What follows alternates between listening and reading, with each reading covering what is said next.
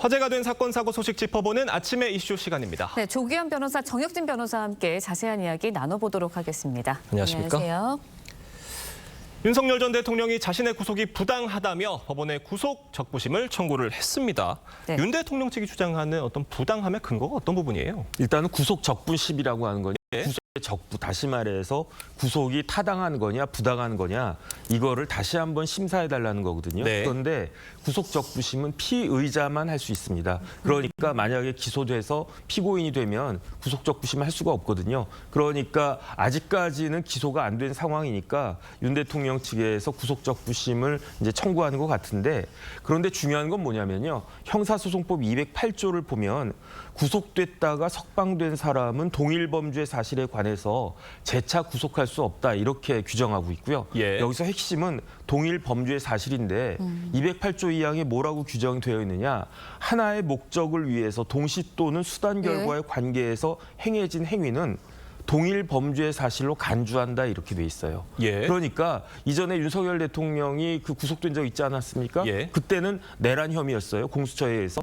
그런데 이번에는 내란 혐의는 아니지만 직권남용 권리행사 방해죄, 특수공무집행 방해죄 예. 뭐 이런 범죄들인데 윤 대통령 측에서는 결국 이런 것들도 하나의 목적을 위해서 행해진 행위가 아니겠느냐. 그렇다라고 하면 동일 범죄 사실 아니겠느냐. 그렇다라고 하면은 형사소송법 208조에 따라서 재차 구속되는 것은 그건 잘못된 거 아니냐 이런 취지로 주장을 한 건데, 법원이 어떤 판결을 내릴지 법원이 이제 48시간 이내에 신문하고 이제 결정해야 되니까 이번 주 내로는 아마 결정이 나올 것 같습니다. 네, 윤 전 대통령 구속 적부심 내일 오전에 진행될 예정인데요. 법원이 윤 전 대통령의 측의 주장 받아들일 가능성 얼마나 있다고 보세요? 가능성이 높지 않다고 봅니다. 지금 뭐 정혁진 변호사님 말씀대로 이 동일 범죄인 경우를 이렇게 주장할 것 같은데, 지금 내란과 기소된 내란죄하고 내란죄와 같이 됐던 직권남용죄는 이번에 구속된 범죄 사실과는 사실 별개의 범죄입니다. 이번에 이 구속 사유가 된 범죄 사실들은 그 이후 사후적 범죄고요.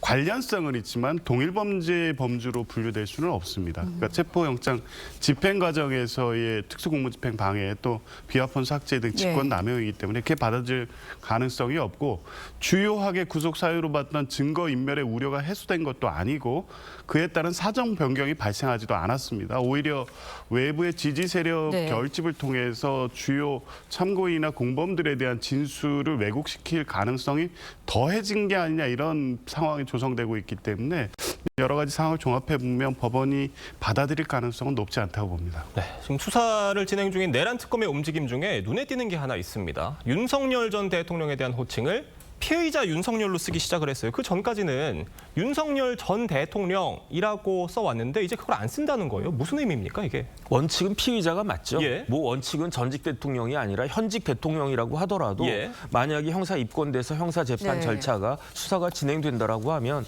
그때는 피의자란 말을 쓰는 게 맞는데, 그다음에 우리나라의 전직 대통령 예우에 관한 법률도 있지만 당연히 그런 법률에 이런 뭐 피의자 대신에 전직 대통령이라고 써야 된다 이런 규정 당연히 없지 않습니까? 예. 그럼에도 불구하고 그 내란 특검에서 계속 전직 대통령으로 예우를 갖다 해준 거는 전직 대통령이고 그것도 직전 대통령 아니겠습니까? 그다음에 아직까지는 윤석열 대통령을 지지한 사람들이 상당히 있으니까 그런 측면도 고려했던 것이 아닌가 그런 생각이 드는데, 제가 봤을 때는요. 예. 지금 윤석열 전 대통령과 내란 특검은 굉장히 서로 간에 기싸움을 하고 있는 거예요. 쉽게 말하면 특수부 검사 출신들끼리 지금 뭐 이렇게 일합을 겨루고 있는 것 같은데, 그런데 이제는 이제 특검에서 그 좀 태도를 바꾸어 가지고 여기에 대해서 원칙대로 그렇게 몰아세워야 되겠다, 더 몰아쳐야 되겠다 이렇게 판단을 하는 것이 아닌가 싶습니다. 기싸움을 하다 저런 상황까지 지금 간 거다라는 말씀이신 것 같아요. 제가 봤을 땐 그렇고요. 예. 그다음에 양쪽이 다 그렇게 좋아 보이지는 않는다 그런 생각 듭니다. 예. 네, 일단 특검에서는 이제 윤 전 대통령에 대한 일반인 접견도 금지한 상황입니다. 왜 접견 금지 조치를 내린 건가요? 그 접견 금지를 하는 경우에는 그 일반인 접견을 통해서 증거 인멸의 우려가 발생하거나 또 구금 시설의 안전이나 질서를 저해할 위험이 발생하는 경우에 할 수 있는 조치입니다. 뭐 예외적으로 당연히 변호인 접견권을 비롯해서 접견권은 피의자의 권리이긴 하지만 이렇게 사유가 발생하는 경우에 금지 조치가 내려지고요. 특히 뭐 오스탄 교수와의 접견 문제가 된 것 같은데, 지금 모스탄 교수는 부정선거 음모 관련된 내용을 확대시키고 있고 비상계엄의 정당성을 주장하고 있습니다. 그리고 지금 서울구치소 앞에는 여러 이 윤석열 전 대통령의 극렬 지지율이 나와 있기 때문에 이 접견을 허용할 경우에 증거 인멸에 대한 문제라든가 외부의 지지자들을 자극해서 구치소 내의 질서를 저해할 위험이 있다 이렇게 판단한 것 같습니다. 네, 그런가 하면 지금 모스탄 교수에게 보낸 옥중 서신을 어저께 공개를 하기도 했거든요. 이거는 어떻게 보셨어요? 무슨 의도가 있다고 보세요?